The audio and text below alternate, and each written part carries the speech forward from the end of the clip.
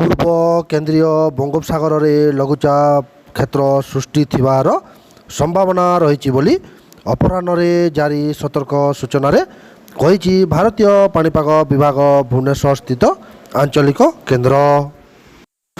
ଫଳରେ ଆସନ୍ତା 5 ଦିନ ମଧ୍ୟରେ ଓଡ଼ିଶାରେ ପ୍ରବଳରୁ ଅତି ପ୍ରବଳ ବର୍ଷା ହେବା ସମ୍ଭାବନା ରହିଛି। ବଜ୍ରପାତ ସହ ଝଡ଼ ବର୍ଷା ହେବାର ସମ୍ଭାବନା ମଧ୍ୟ ରହିଛି। ପଶ୍ଚିମ ଓଡ଼ିଶାର ଜିଲ୍ଲା ଗୁଡ଼ିକରେ ଅଧିକାଂଶ ସ୍ଥାନରେ ହାଲୁକାରୁ ମଧ୍ୟ ଧରଣର ବର୍ଷା କିମ୍ବା ବଜ୍ରପାତ ସହ ଝଡ଼ ବର୍ଷା ହେବାର ବେଶୀ ସମ୍ଭାବନା ରହିଛି ବୋଲି ଆଞ୍ଚଳିକ ପାଣିପାଗ କେନ୍ଦ୍ର କହି ସୂଚନା ଦେଇଛି।